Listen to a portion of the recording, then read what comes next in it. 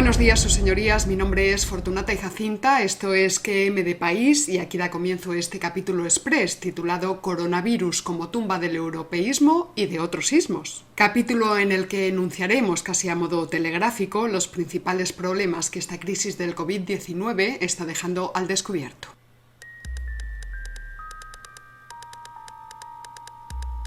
Antes de nada, quiero informarles de que distintos investigadores de la Escuela de Filosofía de Oviedo se han puesto manos a la obra para emprender la reflexión de segundo grado, es decir, un análisis desde las coordenadas del materialismo filosófico, de los distintos fenómenos políticos, sociales y económicos que esta crisis está haciendo aflorar.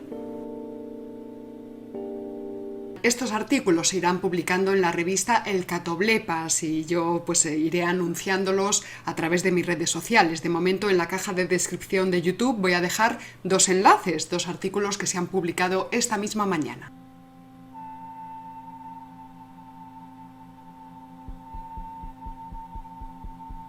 El primero de ellos remite al artículo de Jesús G. Maestro, titulado Democracia, religión y nacionalismo ante la pandemia del coronavirus. Texto en el que, en palabras del autor, se expone una crítica acerca de las limitaciones de la democracia posmoderna como sistema político capaz de hacer frente a la pandemia del COVID-19. Una dialéctica entre catolicismo y protestantismo ante la enfermedad humana, y una demostración de cómo el nacionalismo es un modo de sociedad políticamente inepta para sobrevivir ante cualquier problema global.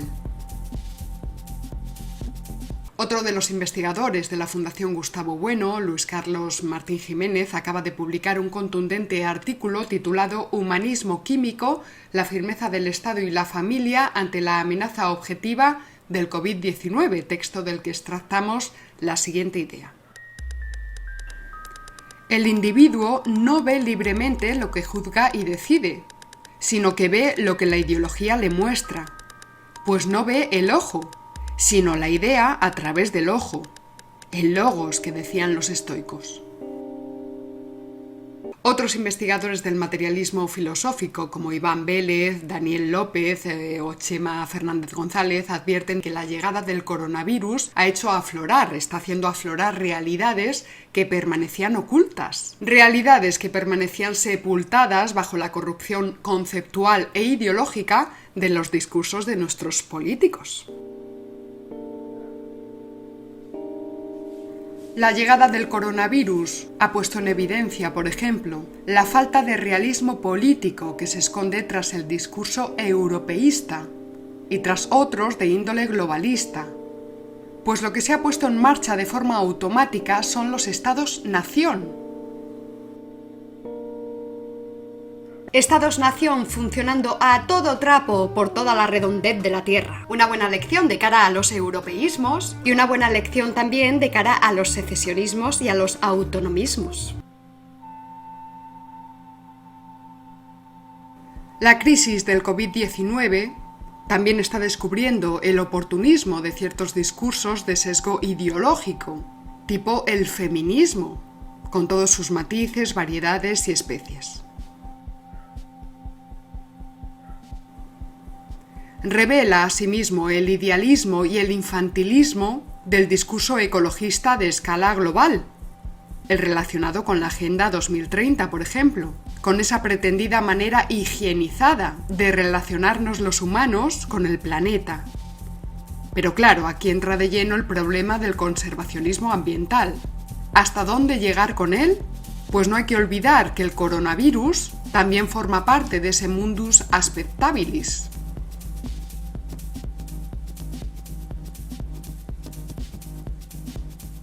En el sentido político, la llegada del coronavirus ha hecho aflorar, como decimos, una realidad que se pretende obviar, ocultar una y otra vez, la realidad de las fronteras.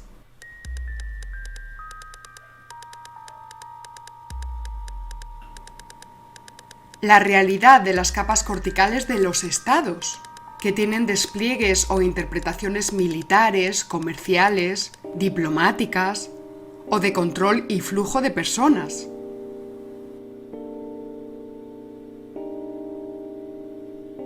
La crítica más fuerte y más contundente que esta crisis supone de cara al europeísmo o al globalismo es que, evidentemente, las fronteras se han tenido que cerrar. ¿Y por qué? Pues primero porque Europa no es un Estado. Y segundo, porque la Unión Europea es una unión de papel. Luis Carlos Martín Jiménez insiste en que la realidad que ahora mismo está apareciendo de forma tozuda y rotunda es la realidad familiar y estatal, una realidad que lleva décadas siendo atacada desde distintas ideologías más o menos anarquizantes. ¡Muerte al Estado! ¡Abajo la familia! ¡Viva el individualismo subjetivista!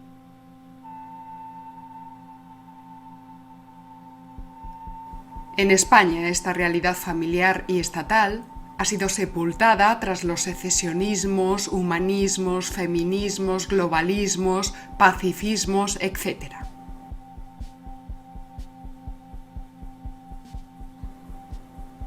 Nuestras sociedades repletas de ideología basura no pueden negar, tal y como indica Luis Carlos Martín Jiménez, que las instituciones que resisten el ataque del coronavirus son aquellas en las que se generan y se forman tales individuos, y sin las cuales no existirían. Primero, el seno de una familia, que lo alimenta, lo cuida y lo cría durante muchos años, sea la familia del tipo que sea, nuclear, monoparental, adoptiva, etc. Y segundo, porque forman parte de un Estado, por encima del cual no hay garantía de derechos ni capacidad de acción. Esta crisis está demostrando que el Estado-nación funciona con muchísima más potencia que cualquier pretencioso club de naciones europeas. Y prueba de ello es que cada miembro de la Unión Europea está tomando medidas por su cuenta. Y que Italia, y ya veremos lo que pasa con España, está recibiendo más ayuda de China que de la Unión Europea. Por supuesto, no hay que ser inocente respecto de los intereses de China, pero ahí están demostrando su poder, su potencia. Hablando ayer con un amigo napolitano, comentábamos si acaso estaba arraigando entre los italianos la idea de que la Unión Europea estaba abandonando a Italia, a los italianos, y esto fue lo que me respondió. Lo de la Unión Europea no lo vivimos tan mal porque nunca los italianos hemos pensado que la Unión Europea nos podía ayudar. Más bien pensamos que la Unión Europea nos iba a hacer más daño. Pero al final han suspendido los vínculos económicos, y esto me parece un gesto importante. No ayudarán a Italia, pero tampoco nos harán más daño. Algunos estados como Alemania, Austria y Chequia han molestado mucho cerrando sus fronteras a los camiones que nos traían mascarillas. La mayor parte de los italianos debe saber, en efecto, pues que detrás de los Alpes está esa Europa sublime, ¿verdad? Pero que posiblemente en este periodo de crisis pues encuentren más ayuda en China que en los países vecinos europeos. Y hay que estar muy atentos porque a partir de ahora puede que ese euroescepticismo crezca de forma exponencial. La Unión Europea está dejando claro una vez más que no quiere derivar sus fondos estructurales al sur de Europa. ¡Ay, no me digas! ¡Qué novedad! Justo por el sur de Europa están los PIGS. PIGS. Portugal, Italia, Grecia y España. Spain.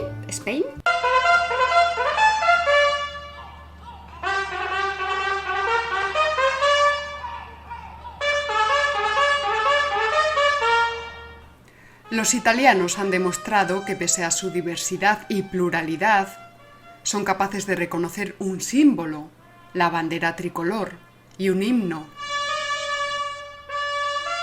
Milán y Nápoles son mundos muy diferentes, y sin embargo todos han quedado cubiertos bajo la misma bandera y bajo el mismo himno en este momento crítico.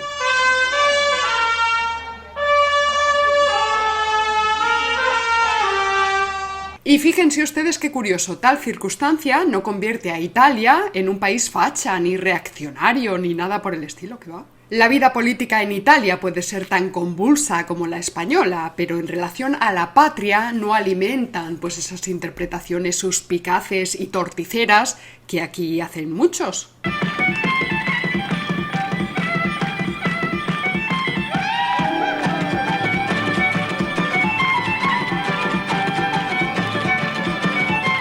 Todas las naciones, todas tienen diversidad y pluralidad. Por supuesto que sí. Italia y España también. Pero esa diversidad y pluralidad no justifica la destrucción de la nación política. como pretenden las izquierdas divagantes españolas. Por no hablar, claro está, de nuestros secesionismos.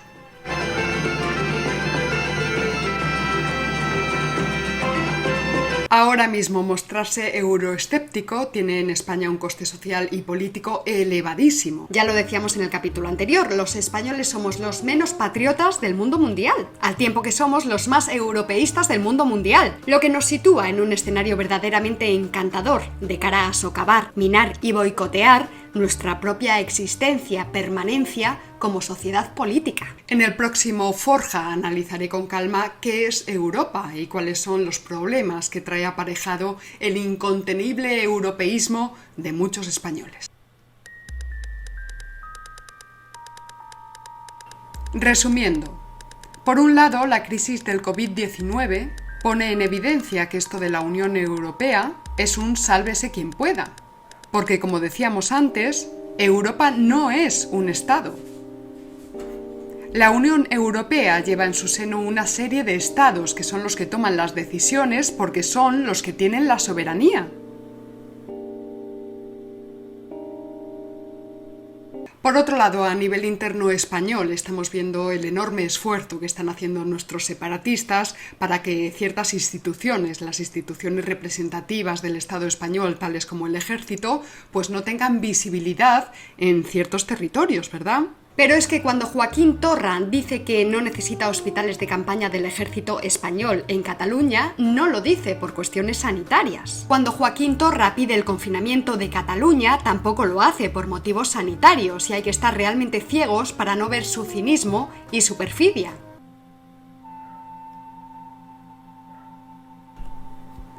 Al mismo tiempo, el señor Torra está aprovechando para lanzar porquería sobre España en la BBC. Por cierto, la televisión de una nación, el Reino Unido, que se ha separado, que ha salido de Europa y que, como es lógico y normal, siempre se ha mantenido fiel a sus propios intereses. Vamos a enunciar a continuación una primera reflexión sobre las estrategias y las tácticas políticas en España.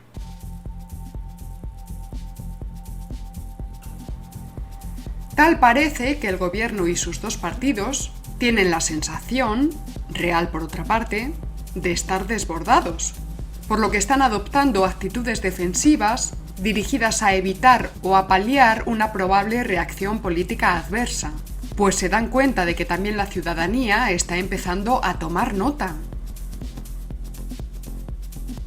Hay que recordar aquí que antes de que explotara esta situación, la prioridad absoluta del gobierno era la aprobación de los presupuestos. Chifladuras del tipo regulación del piropo, la alerta climática, el 8M y el vergonzoso lema del Ministerio de Igualdad que decía sola y borracha quiero llegar a casa, forman parte de esas ideologías basura que han sido barridas de un plumazo por la crisis sanitaria. No más estupideces por el momento, al menos, tipo infectadas e infectados, enfermos y enfermas, médicos y médicas. Incluso el eslogan lanzado por el gobierno, este virus lo paramos unidos, no dice este virus lo paramos unidos y unidas.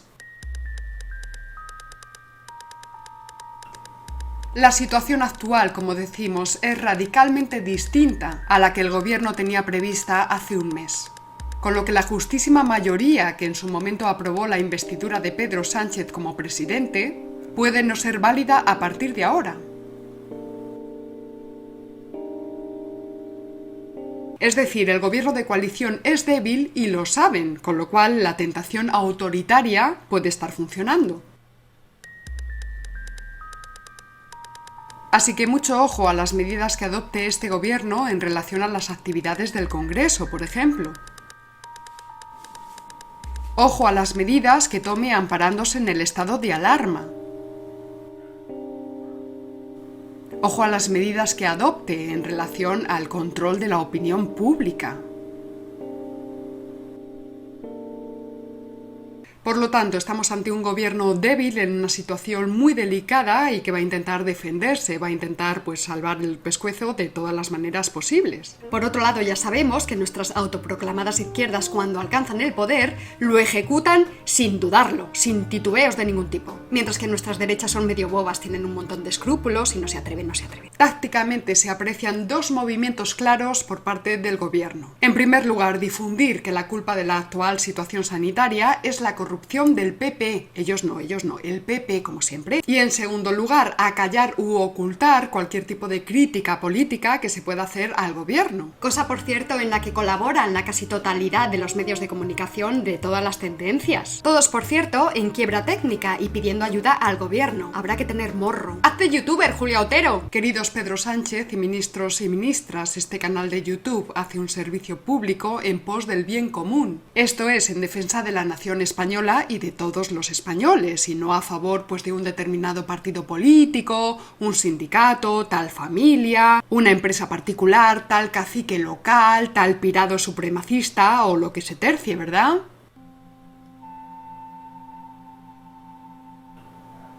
Este canal lo sostienen los pequeños mecenas con sus aportaciones privadas.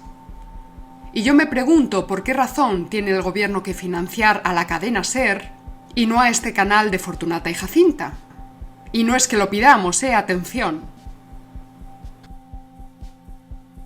Porque si el precio a pagar es la adulación, entonces olvídenlo, porque mi trabajo aquí no es adular al poder, sino someterlo a crítica.